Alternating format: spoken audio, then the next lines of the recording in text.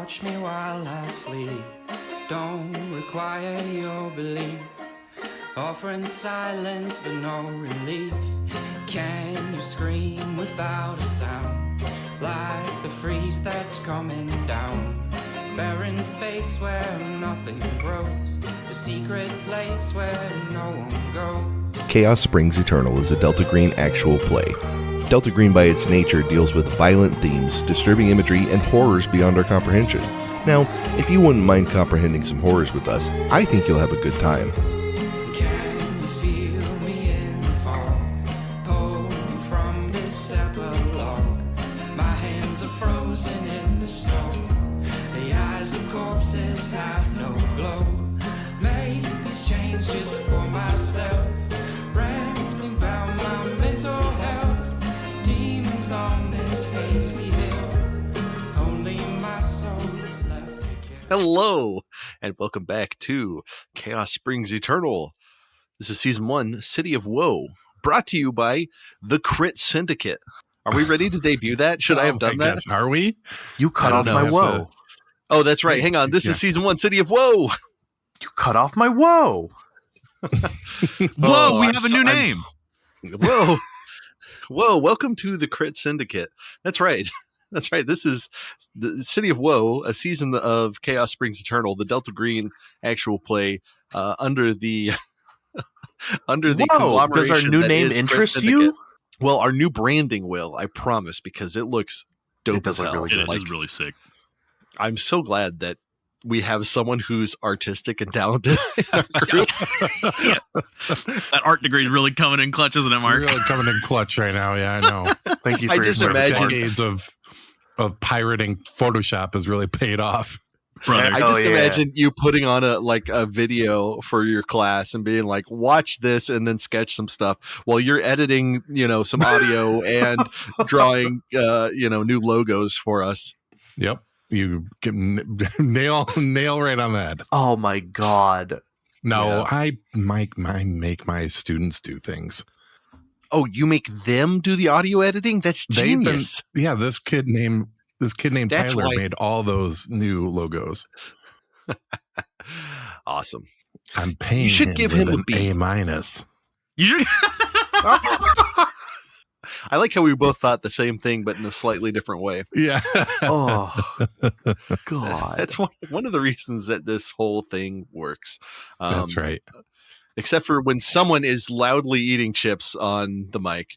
I won't say who, but I'm just going to point What was that one out. time? Jelly beans? No, Jolly Ranchers. Mark was crunching Jolly Ranchers.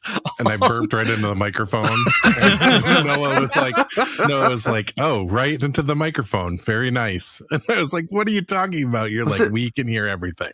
Was that during the original Iron Gods run? No, that was, I Hmm. believe that was during the last Delta Green campaign. Okay. Was it? No, I want to was a say it was lifetime ago. during Malevolence. Malevolence? Oh, maybe it was Malevolence. Yeah, because it was me and you. They all blend I don't think- together. They all Yeah, blend it together, man. It's all the same. There was a Tonka truck. Who knows? Should we explain why we decided to change the We probably should. the branding? Name was too long. Because The It's name too was too long. long. It's too long. Name too Oh, long. you're in a Crit podcast? Syndicate. What's the name? To be fair, there's very few answers where I would be proud of saying the answer. Right. Well, it's like one of those anime names where it's like I woke up regenerated as A goblin with I double woke digits up or whatever. regenerated as John Carpenter, and I decided to make ballet instead of movies. Like it's like what? That's Yeah. pretty wild. I saw a fucking Magic the Gathering manga at my local shop that I've never heard of, and it had some dumbass name like that. It was like destroy all humans, Yeah. they can't be regenerated or something like that. And I picked it up, I was like, what the fuck is this? Why is it over with magic cards? On the bottom left it says Magic the Gathering, and I went, why? Why is that the name of this? I thought it was a tie-in to the Destroy All Humans video game. I was like, what is this? What? Wizards of the Coast is just like, oh, an IP, let's brand it. Yeah, You get a branding. You get a brand deal. you get a secret lair. I guess the thing is that our name was too long for one thing, right? It was just way too long. Secondly, like there was no way to properly brand it to make it look like we actually ran a podcast. Yeah. Yeah, and the logo we had was kind of like this amorphous dice-headed guy, which I thought was really cool. But at the end of the day, cool. it was like, how does that tell any story about who we are? Yeah. Every time I saw it, all I could think of was King Dice from Cuphead, though. I'm not gonna lie. I thought of like a knockoff Mr. Monopoly. Like if you poorly explain Monopoly and then said, oh, and there's a guy who's the logo, and you're like, oh, well, dice are a key component, right? So what's the Drawful draws Pokemon after not seeing them for 20 years or whatever challenge? Oh my god. Like one of those, yeah. Still done phenomenally, mind you. So yeah, we will be rolling that out. I mean, by the time this drops, it'll be up and running, but I got to get the website up and all that stuff, but it shouldn't be a problem. It shouldn't be. It probably will be, but it will be. It'll be a problem, but everything. It'll be a pain. I don't know if we can automate updating all the links in all of our show notes. It's growing pains. It's growing pains. I'll take care of it. We don't have that many episodes. Plus, I have a third hour planning. There you go. And you can force credit. All the students. Yeah. Right. Maybe that. Well, I do have a kid that would be into doing that, but I'm not doing that. I'm not that teacher. You're just next to that teacher. I just get that teacher to do it. Get that guy to do it. Well, speaking of sketchy teachers, last time on Chaos Springs Eternal, we are in Inquinoc. We are deep in the Dreamlands. Listen, that was not my best transition. But Joel and Marcy had decided to go to the Tower of Knowing after Marcy had debriefed Joel on her meeting with Iathro, the Dusk Priest. They met the receptionist, who looked like Charlie Cox, whose name was Randolph Mercer, who, after they informed him what they were looking for, he was like, all right, well, you want some books? I can get you a book on Aleister Crowley. He wrote down a little reference. He said, but for Enochian, you'll probably have to go talk to one of the sages. They have offices here, but they're probably over in the Stone King's Hall. Joel was asking about a map, at which point he said, again, you'll probably need to get a sage for that. Y'all did manage to find your books in a relatively short order, just sort of up the staircase. It was almost like they came to you rather than you having to go search for them. Marcy got the Book of Thoth, and Joel got a strange copy of Kabbalah Unveiled by S.L. McGregor Matthews that appeared to be like a book within a book. Someone hiding something that had some Dreamland references and like geography of the Dreamlands. And Joel had settled on performing for money. So we swapped over to Cyril at the bazaar. He wanted to find a camera. And at the bazaar, Cyril met Zakir the Polished, who had a large variety of things for sale, including camera equipment. Zakir wanted 10 gold for the specific camera that Cyril had picked out. Cyril was kind of offering a handful of things: the spear, the piece of metal, a gun, and then the Organite. At which point Zakir was like, react strongly to the Organite, especially when he found out that there were two, what he calls demons, trapped in there. And Zakir points out that, like, that's a really powerful, expensive thing that Cyril should definitely be careful with. And he may want to go talk to, I don't know, the sages who might have some more information or be able to offer a proper trade for that sort of thing. Yeah, and Zakir dropped his accent at that point as they discussed that. As they were discussing the price of the camera, Zakir offered to take some stuff out of Cyril's eye with a giant needle, but Cyril opted for the tooth extraction, given that they do grow back in the Dreamlands. Zakir also told him, oh, if you want to get paid, you could go check out the bounties. They get put out in front of the Stone King's palace, at which point he did some dentistry and the tooth just slipped out. You also learned his real name is Eustace, and that he's just sort of a visitor to the Dreamlands who wanted to become a famous merchant. Joel saw that, Cyril's tooth getting yoinked, and Cyril talks to Joel, they catch up, and Cyril tells him about his time at the Whispering Days of Shattered Echoes and suggests that maybe if Clementine is no longer with us, then Joel might be able to go drop a message there. Joel was asking Zakir about the guitar, and Zakir mentioned that Naylene, who is further in the bazaar, might have one that will work. She's at the Dream Merchant. Then we flashed over to Marcy, who was on a bench reading with Iathro came by. Speaking rather cryptically, he mentioned that he knows that Marcy is one of Tholin's friend, and that being friends with Tholin is dangerous. I think that touches on all the major plot points. Anything else that stuck out from last time we should bring up? I think that pretty thoroughly nails everything I remember, at least. Good, because I forgot to do my editing Sunday like I normally do, so I just quickly glanced over all of the the transcript, and I put together those notes. So it's like, boy, I hope I don't miss anything important. That feels correct. That all feels correct. Good. All right. So I want to give Marcy the opportunity to react to that statement, and then we can sort of see where Joel and Cyril are deciding to go. So Yathro is sitting next to Marcy on a bench with this book open in front of you, Marcy, and Yathro has just told you that Tholin is perhaps the most dangerous thing. I'm going to firmly close the book, turn to him. What do you mean he's dangerous? Tholin is, well, you know his reputation, yes? He's been stuck here for some time, and he goes between the cities, or what passes for civilization in this place. Tholin has been here for quite some time, and his sanity is stronger than some, but his he carries with him something quite dangerous. You know his staff, yes? I've seen it, yes. It is powerful and cursed, and I don't love having it here. Prefer if he got rid of it, but of course there's the rub. He cannot get rid of it. Why do you feel he should be rid of it? It is touched by one of the wickedest creatures, gods, there ever was. And Marcy is your name, yes? Oh, fuck, I don't remember if I gave him my name. I don't remember either. Oh, fuck. Yathro sees all. But you are somewhat familiar with the Dreamlands, yes? You know that everyone in the Dreamlands exists in the real world and in the Dreamlands. But that rod, that staff, that crook that he holds is a relic of twisted fate, and it binds him here. So there is no Tholin over in the real world. He is only here. That's why he gets along so well with the Ghasts.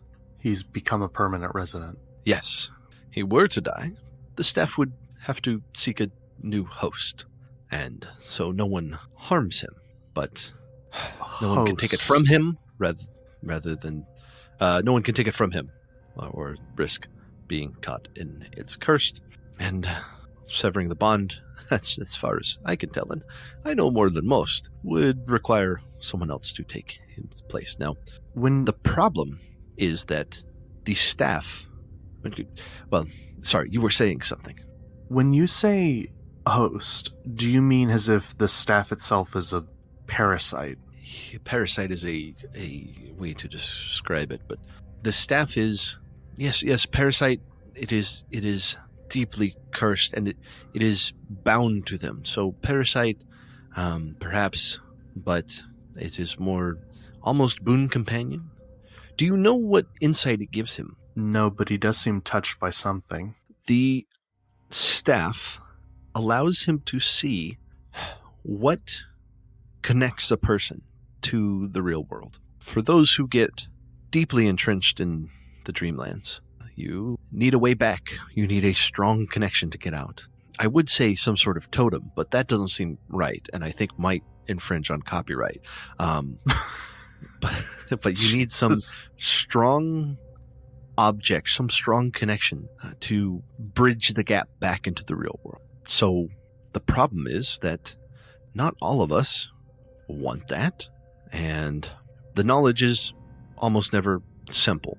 I'm listening. Though the Dreamlands have their wonders, have their appeals, none of us want to stay forever. And so the staff is a key, but a cursed one. And so it is a high price to pay for anyone who wants to return. And I don't know that anyone would pay the price. And so that is why he wanders from place to place.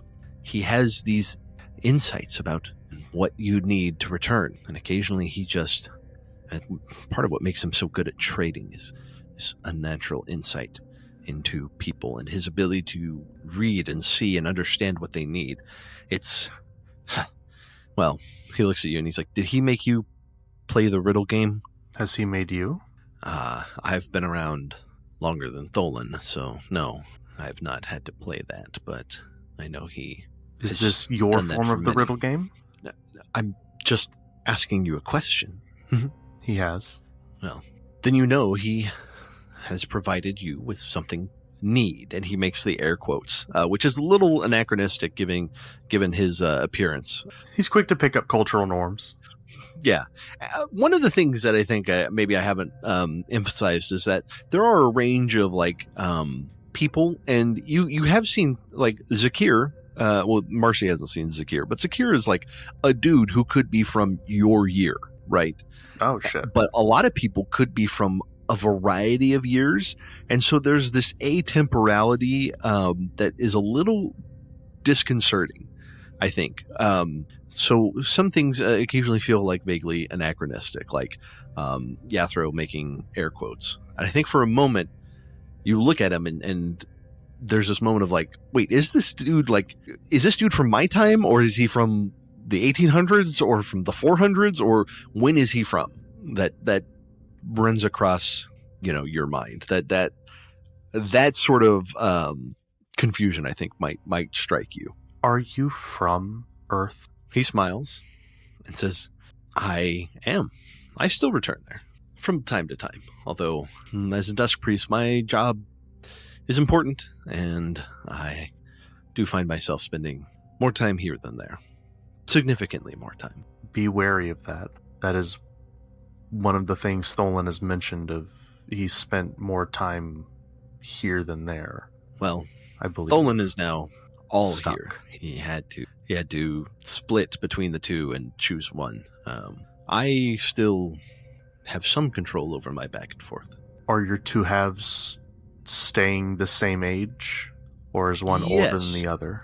They are the same age, although you might intuit that time is strange here. Yes. Both how it passes relative to when you came from, and then how it exists, each one of us, where we came from. I'll admit, something the sages have debated for years. It's a real mess of chronology. It is. I once read a desk priest writing who claimed that this place existed outside of all time, but I don't think that can be true, given that things pass here when I'm on the other side. So perhaps he had some other insight, but I was not persuaded by his arguments. I am interested to hear both sides of this argument at a later point. Yes, but my point is that staff warps everything around it. And so that is part of why I did not see you coming. But I see the Gug. Yathro sees many things. But talking to you has put me more in touch with the other side. But I think I cannot lose sight of work that I have to do, the things that I need to do to prepare this town. You have... The last town did not fare well under the Gug's assault. Yes, well... Or at least not as far as we saw as we fled. Well, your survival is fortuitous, but I think we have many things to do here, and the petty quabbles between the sages and the Stone King Sentinels need to be resolved so that they can prepare the town against this true threat. And you notice that as he says that, he's had like a bit of a different demeanor as he's talked to you, maybe referencing that sort of like connection to the other side, but he is beginning to sort of talk in a little more lilting voice and smile and get that little crazy town. Yeah, he says, Yathro must be going now. I have to take care of many things. And he sort of gathers up his robes and puts his hands together and begins walking off. But as he walks away, it's one of those sort of unnatural walking where you can't see his legs moving. So it looks like he's just sort of hovering away from you. We'll go back to Cyril and Joel. Do you want to go further into the to the marketplace, to the bazaar, or do you want to do something else? I would like to go further into the bazaar, and search for that 6-stringed goodness. All right. I will tag along if that's all right. I don't have anywhere else to be. I'd All right. prefer it if you did, actually, Cyril. Let's Okay. go. You have to push through. The crowd has started to pick up in the now sort of late afternoon. People are haggling with each other and various merchants. There's essentially everything you could possibly think of for sale. You know, we mentioned like jewels and books and watches and cameras from Zakir, but you have just any number of silks and carts and animals, just everything that you could possibly think of is out there for sale.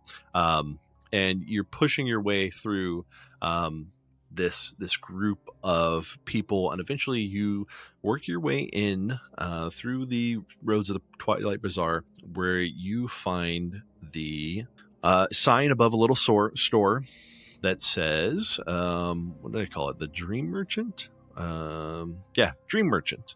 It's pretty plain little sign board right outside of her location, and a relatively understated storefront, but with a door, unlike a lot of the merchants who have had these sort of open air things. So, do you go in? Absolutely, I go in. Okay, pushing through the door, there's a bell that dings, quiet and clear. There's a handful of other people in this small shop, which is basically one shelf that is made up of a variety of different objects, including some like geodes, some like desk toys, like the little metal ball one, that you like, the click clack one. I don't know. Does that one have a name? Newton's Cradles. Newton's Cradle. That's what it is. Thank you. She's got a Newton's Cradle. She's got a geode. She's got a magazine, like a playbill for Phantom of the Opera. She's got just a number of other things that are just sort of out there. But she is at the counter, and you notice there's a line of a couple people, and she's chatting with someone. And after a minute of chatting, she runs into the back, and she pulls out the object that the person requested, which is a big old map tube. He hefts the map tube, takes off the caps on both ends, looks through it. It appears to be empty, and he shakes her hand and whispers something in her ear, and she nods, and he heads out. And the next person in line gets in line to do their thing. While you're waiting, is there anything that you would like to look around or try and investigate before you talk to her, or you just want to fast forward to you're at the counter? I mean, I think if she's busy, Joel would just, peruse at the very least. I kind of see him just like going up to the Newton's Cradle and like pulling it back and letting it go, being like, damn, these still work here too.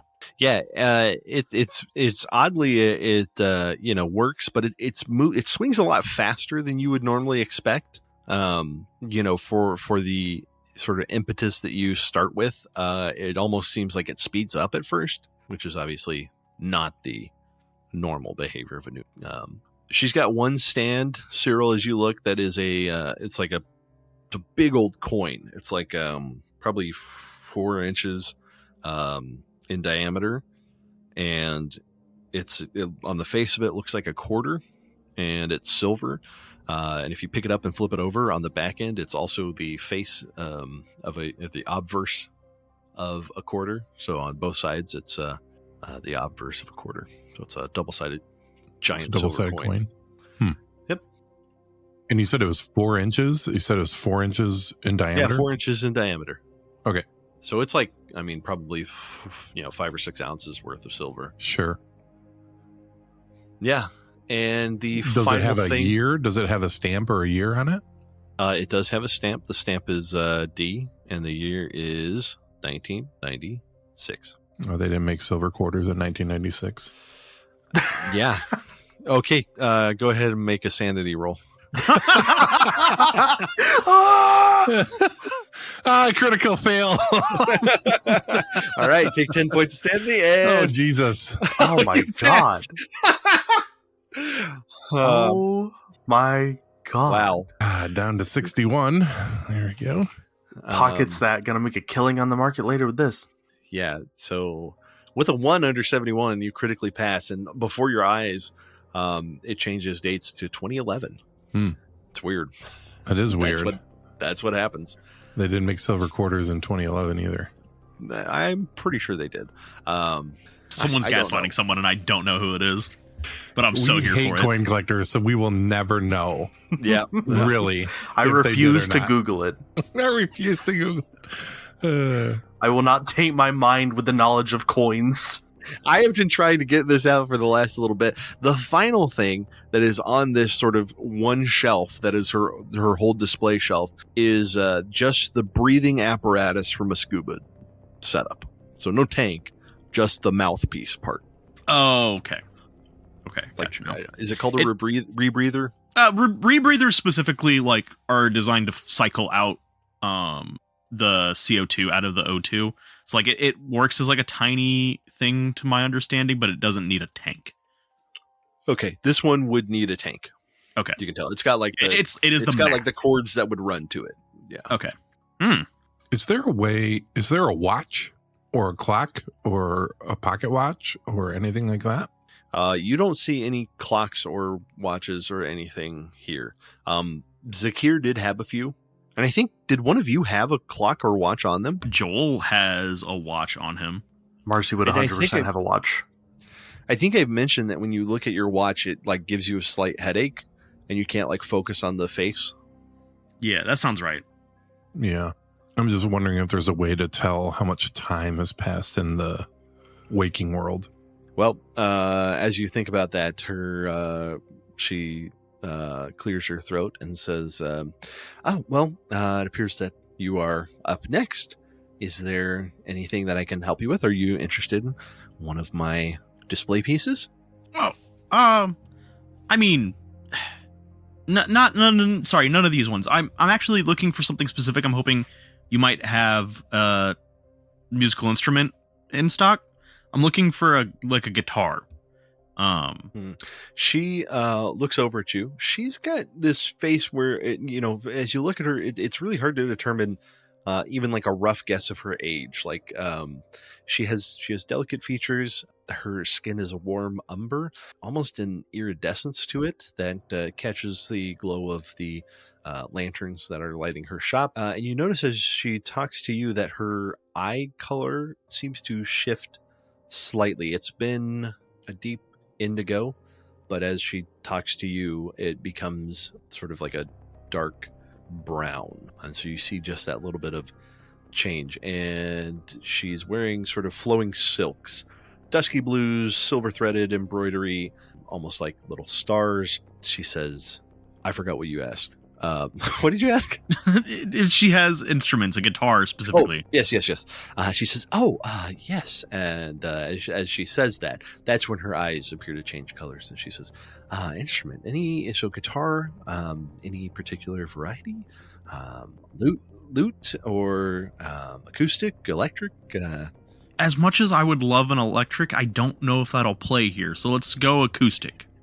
It would, I mean, sometimes electric things kind of work without no, you're right. Let's go acoustic. And she ducks into the back and you hear her ruffling around, and let's see if she can find something. Make a roll for her. Oh, and she passes. So she comes back with a nice it's a relatively basic guitar. It's almost like a beginner's guitar, maybe a slight intermediate. Something you might buy like a high schooler for not their first guitar, but something a Walmart special. Yeah. Slightly better than a Walmart special. Okay. A used deal from the local music shop. Okay. Type of guitar. So not something that you might pick out for your first choice, but something very suitable. And she sets it up and she says, now, you two are both first-time customers. Is that correct? I don't know. Is it good or bad if we're first-time customers? And he'll kind of smile at her. Well, unlike most merchants, I don't take trades in objects or gold. I will take something from you. And she says, assuming no one else has pulled any patsu out of you, I would gladly take some patsu. But without patsu, I actually require and take dreams, and it's a very simple process. I've perfected it. You just need to whisper your dream in my ear. That's the transaction. So you give me a dream, I give you the guitar. I'm sorry. Roll back the patsu. What? Yeah. Patsu? She says, it's kind of hard to explain. It's everyone's got some of it, and it's are you guys new to the Dreamlands? It's Joel. It's like your life force here. I mean, life force. It's a little bit, right? It's for very, very simple terms, yes. Yeah. But you won't die without it, right? It's just just take it. Like the last merchant we were at, he was going to stick a needle through my eye and grab something. Oh God, that's the standard way. It doesn't hurt, right? So we've been told, but that's what they're after here. It's some sort of. I mean, what do you all get from it? He says, it makes the transition back to the world much easier. Sometimes for people who go back and forth a lot, going back and forth can sometimes, I don't know, it can take a lot out of you. And so having just a little extra patsu eases that process. I got a question about dream trading. Yeah. Now, if I give you a dream, will I not remember it or ever have it again? She says, well, you won't know. So kind of yes. I mean, yeah, I get it. Like snap your fingers, you're not this. I get it. But I just am curious because there's some dreams I want to hold on to. Like, am I going to be able to remember or no? Well, no. I can tell you that no, you won't be able to remember your dream. Now, you may still be able to accomplish that thing, right? But it would be sort of like you wandered into it, that you accidentally accomplished it, right? But your motivation, your drive, your purpose, all of the things connected to that, you give away. Interesting. So, for the guitar, one dream. I don't need one from both of you, just one from either. Well, preferably the one who's picking up the guitar. And she looks at both of you. And she's like, I'm assuming that's you, since you asked for it. Yeah, that's me. And Joel's like, really, like, oh God, the no trade thing kind of hurts. Are you? So I get to pick the dream. Yeah. Any dream will work. Even a nightmare? Okay, so when I say dream, I don't mean like an aspiration, not necessarily the dream.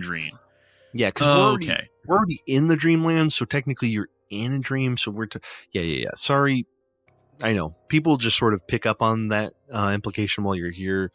Again, the rules of the dreamlands. I'm not going to say they're loosey goosey, but they're odd, and so a lot of stuff you kind of got to pick up on context. That's so fair. It's just been a long day. You get it. Oh God, a dream I'm willing to give away. My God, what does Joel have? He's willing to give away for this. Ivy. No, I don't think he'd give that up. Please.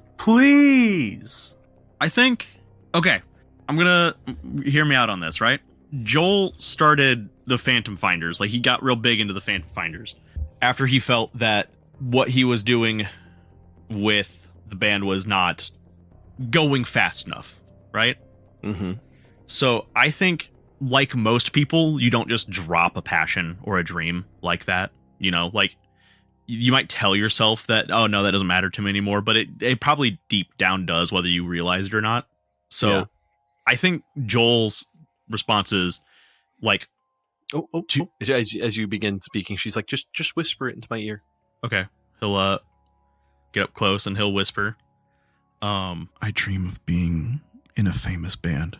And she smiles and she says, thank you. That is a suitable, although strange trade. And when she says strange, you kind of, for a second, you're like, why would it be strange?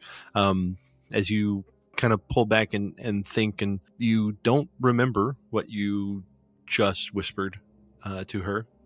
But you look at the guitar and it's a mixed feeling of like, oh yeah, I like playing the guitar, but it's it's this subtler enjoyment of playing a guitar. It's like a nice hobby or pastime that you enjoy. Yeah. Could I have tried to hear that? Yeah. Go ahead and make a roll of some sort. That's what I was looking at, trying to figure out. Maybe search. Maybe I'm like trying to, or alertness. Yeah, you're actively doing it, so search works fine. Fucking fumble. Let's go. Nice. As you lean in, you accidentally stumble and bump you bump Joel into her, and Joel accidentally gives her a little kiss on the cheek. She's like, oh, my bad. I'm sorry. I tripped over this weird floorboard. She's like, oh, okay. Well, is there anything that she smiles at Joel, and then looks at Cyril, and she says, well, is there anything that you are in need of? She looks at the camera that you've got, and she's like, have you been by Zakir's? Yeah, I have been by Zacchaeus, and he was very accommodating, very, kind of give us the lay of the land here. And I just am curious. Like, I don't really have anything I need at the moment. I got kind of everything I want, but I'm just wondering: can you tell us anything about the Seers? Because we're going to have to talk to them at some point. The Seers. Do you mean the sages?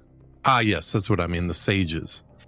Yes, the sages they're the scholars of the town. I know they can give out things because we're looking for a certain thing that only they can give us, apparently. Right. Where does their power end? Well, by their power end, do you mean in the city, or their capacity to do things, or capacity to do things? Yeah, it's the Dreamlands. So, like I said, kind of loosey goosey. They can do quite a few things.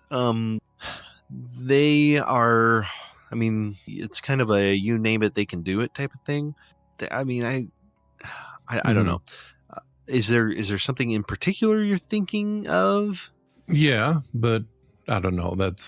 I kind of don't want to spread it around too far and wide here. I'm just curious. Do those things, do they transfer over when you make the trip back?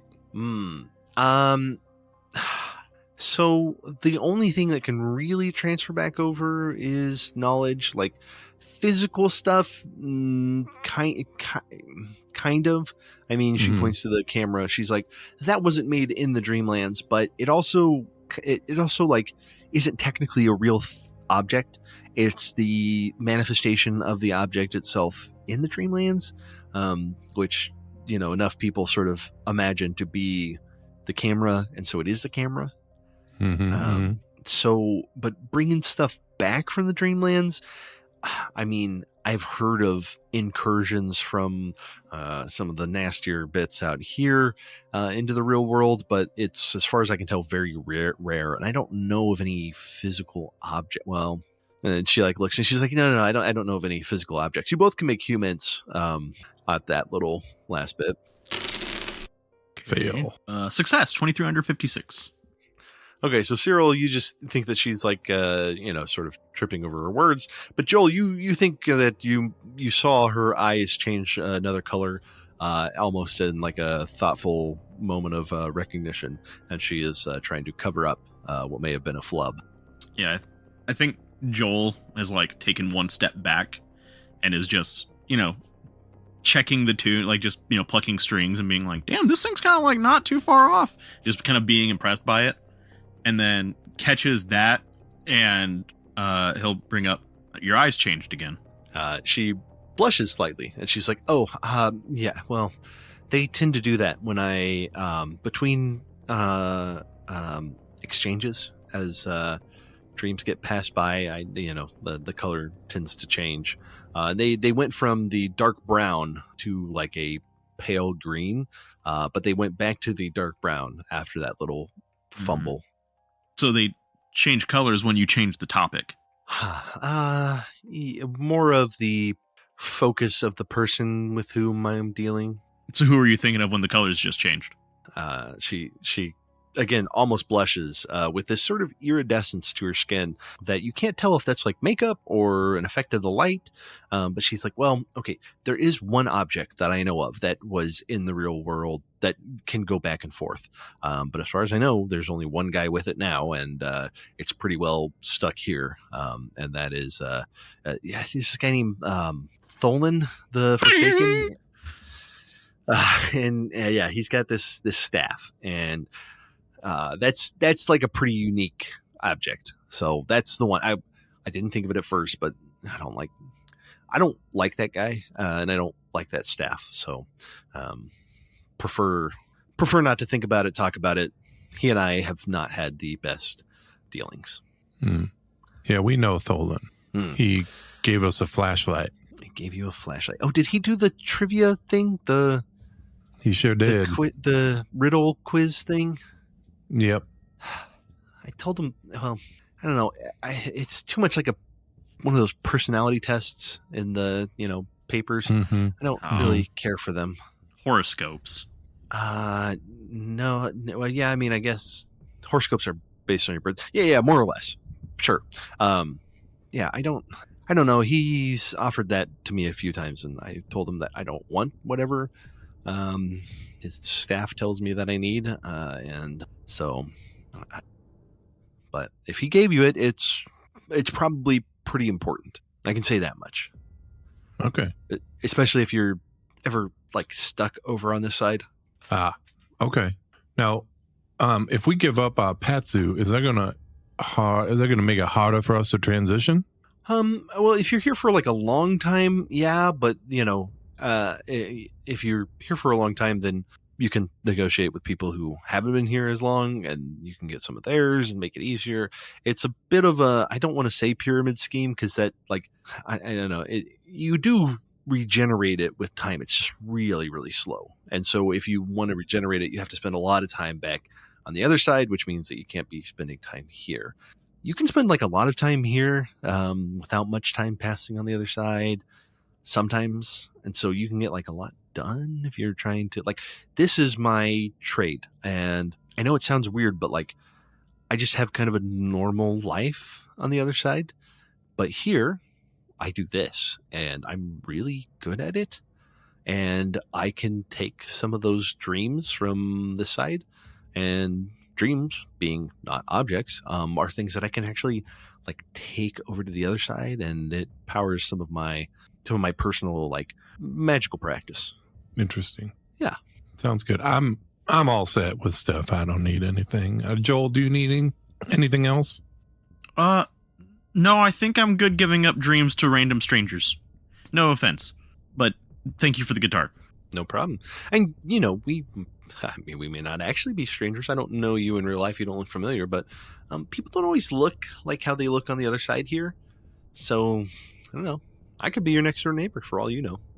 Where are you from then? She smiles and she's like, I can't tell you that. No, of course not. I gotta keep some secrets. Everyone Fucking gets some. Tease. Yeah, girls gotta have her secrets. I get it. All right. I think we're good here, right, Joel? Unless do you need a clamp for your fretboard? A capo? I don't know what they're called, clearly. No, I should be fine. I'll make do if not. Okay. I'll just make sure to not play songs that I need them for. All right. She smiles and she looks back at Cyril and she's like, if you want to know the limit of what the Sagels can do, Sage Elzara, she is the head of all of the sages, from what I could tell. And she's kind of their representative. I don't know, president. I don't know how sages work, the hierarchy, but she's at the top. So what was her name again? Sage Elzara, Alzara. All right. I appreciate all the information, and you've been very helpful. So yeah, I can't thank you enough. Maybe someday we'll cross paths, and you could be my next door neighbor and I could be yours. And she says, yep, you never know. And then I would walk out, and I don't know if Joel's following her. Yeah, he'll just thank her one more time. It's like, I'll make sure to come back if I need to give anything else up. She smiles and waves as you leave her shop, and you guys push back into the Twilight Bazaar. As soon as he's out the front door, Joel goes, do I look different? Like immediately, like never even thought that people look different here. He's like, you look the same. Do I look the same? You look the same to each other. Okay. Now you look like Joel. I mean, I guess you and Marcy look the same. I don't know. Now I'm just like self-conscious. I mean, you look cooler now that you got a bitchin' guitar. Bitchin's a little strong. This is like a Yamaha. All right. Wow. This is like I mean, it's not bad, but like it's got, it's got the dings and the. You just bought it. Yeah. Yeah, I know. Buyer's remorse immediately. I mean, I don't want to say buyer's remorse, but beggy choosers and all that. Yeah, I get you. It's no Gibson. Beggy choosers. Beggy choosers. That's my next Pathfinder. That's my next Call of Cthulhu character. I'm Beggy Chooses. I'm a 1920s mobster. Oi, Muggsy. Oi, Muggsy, rattle him. God. Nice. Oh, what have I done? What have I done? Yeah, let's go find Marcy, or go back to, the dagger, the something and dagger, Pearl and Dagger. Yeah, it is getting. You notice, like, even though you don't see a source for the light, you do notice that things are starting to darken around town, and there are various like lamp lights that begin popping up and like glowing with a soft yellowy pale light, and people begin to. It starts to, the activity in general seems to settle down. You notice that a handful of places are starting to fill as people file in, apparently for dinner. I think it would make sense if y'all head back to the Pearl and Dagger. I think that's the best place. I think Joel will say, maybe we can go talk to whoever it is that you pointed me to with the monument. We can go take a look at that tomorrow if we have time. Yeah, we could do that. I have a promise to fulfill so that we can have a roof over our heads. Oh, okay. And as they're leaving, that whole little scene that you just described, Dan, I think that Cyril would take a picture of that. Okay. As the camera clicks, a handful of people turn their heads, but most people are just continuing about their business. Make a profession photography roll. Hey, there you go. Success. 18 under 70. Yeah. You'll have to develop the film at some point, but yeah, we'll figure that out another time. Do you have a dark room? Can I trade some Patsy for a dark room? But yeah, I think it's not unreasonable to assume that Marcy knows about the Pearl and Dagger, and I think Joel even mentioned that it was close to the entrance of the town, and so I don't know. Noah, would Marcy, knowing about the Pearl and Dagger, go there, or would she do something else? She would look for Cyril and sorry, your character's name is so forget. No, I'm fucking with it. She would look for Cyril and Joel. You're a fucking asshole. I do my utmost. I try. And much like a normal dream where you sort of think about something and then all of a sudden you're doing that, as you think about finding them, you see them walking, out from the Twilight Bazaar, and you are able to hail them. We're holding hands. That one might be a little far, buddy. Oh my god, I get to finally cross this off my bingo card. Yeah. I knew it! So having gotten back together, y'all make your way to the Pearl and Dagger. At which point, Pearl is at the bar and Dagger is out. He's doing a little rushed as he's bringing out a lot of sort of dinner plates. A lot of people have ordered. It looks like there's potatoes and roasted chicken on the menu. And of course, lots of people ordering drinks. And Pearl sees you come in and she says, well, hey there. See that you found yourself another instrument. Are you intending to perform for us to help pay your way? Yeah, I can. Absolutely. I mean, otherwise I'm sleeping out in the hay bale. And as nice as the town is, homeless in a new town might be a bad first day. Dagger looks at you and he's like, hay bale costs a silver. And a hay bale costs a silver. And she says, "Well, that's great, and I'm so glad your boon companions are here as well. If you'd like, we can fix you up a little small meal, and then you can get on, or you can perform while everyone eats, and then you can have your meal after. Either way." I fuck it. Let's just get it out of the way now. Well, that's one attitude to have. Sure. She kind of smiles, and she points up where they do have towards the end of all the tables, that are kind of laid across. All the tables are kind of laid lengthwise, between the bar and sort of the hearth, and in front of the hearth is a sort of elevated stage. It's very slightly elevated, and there even is a little stool for someone who could sit on it as they played. So Joel can get up there, and you can make a performance roll of some sort. Okay, I have art music. All right, let's get an art music roll. And I was thinking, awesome, 40 under 50. My 40 God, under 50. What does Joel perform for them? I think the first song he performs is an acoustic cover of Outkasts' "Hey Ya." oh my God! Of course it is. So I think just Fuck there's yeah! Nice. my baby don't mess around, 'cause she loves me so, and this I know for sure. Like just that kind of like almost bluesy kind of vibe to it. Oh my. In his mind, he's picturing Ivy. I don't think he's doing that. I think it's a song he likes. Yeah. And we all chime in during the all right. 100%. I think he skips that part. I think that part gets skipped, but he does go. Now, fellas, what's cooler than being Gets cool? a crowd work on. That is such a funny way to tell who is from our century, though. That's oh my That god! is- I didn't think about Oh that. my God. That's the very true. ultimate shibboleth.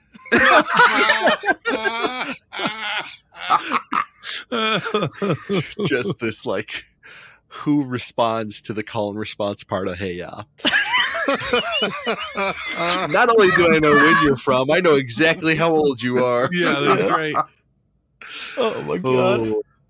Well, I'm happy to say that your performance goes well. It's received well by everyone in the bar, including Pearl, and you even notice Dagger bopping along. And at one point, he yells out at the appropriate time, "Ice cold!" Yeah. Of course. I think Joel's like, hell yeah, just like not even thinking about it, just like so excited he got through to him. God. When as things have gotten a little bit later, maybe after your performance a little bit, after you guys have started to have meals, there's a moment when it seems to be getting late, and I don't know, maybe you guys have had conversation catching back up, even talking with some of the patrons here, but as you were looking around, all of you notice sort of at a random time that a handful of people just wink out of existence. And I need you all to make sanity rolls. Success. Uh-oh.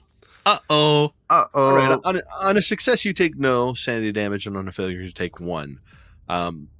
You do notice that no one else is fazed by this event.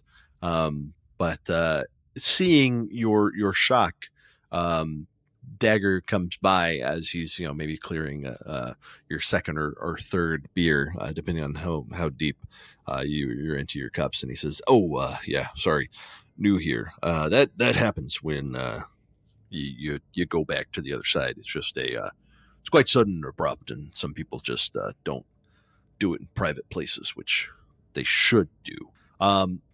In our chat, Noah has asked, do they fade or pop like a bubble? And it is popping like a bubble. But there's no like accompanying phenomenon. It's just like they're there and then they're not. I like the idea that Joel is talking to someone, like just a random person, and he turns to like be like, "Oh, hey, thanks for the drink." Grab it from Dagger and turns around and he goes, "What the fuck?" Like, where did he go? Yeah. And Dagger's like, it's not technically like there's no laws against it, but I sure wish they would just do it in a private place so that it still freaks me out a little. just because technically, I mean, it happens sometimes like at nighttime here, but that's not really got any bearing to when their time. It's a whole thing. He kind of sighs as he clears out the rest of the place settings. And I think that's as you guys head up to your rooms, Pearl hands you the keys to the 2 rooms that you've gotten. And as you head up to your rooms, you notice a handful of other people are also retiring for the night, saying their goodbyes. And I think that is where we're going to end for tonight. See you next week. Performance. What a performance, everyone.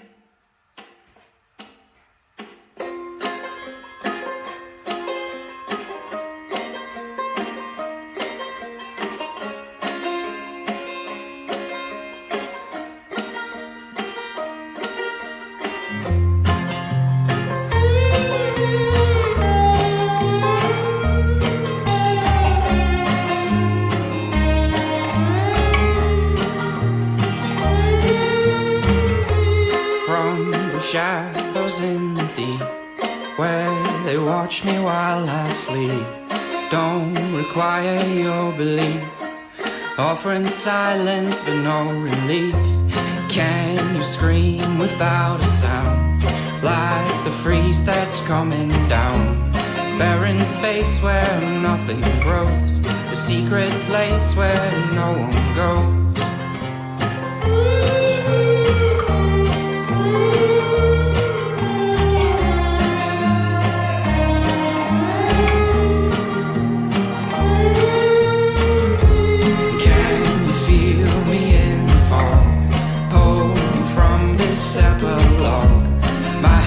Frozen in the snow, the eyes of corpses have no glow.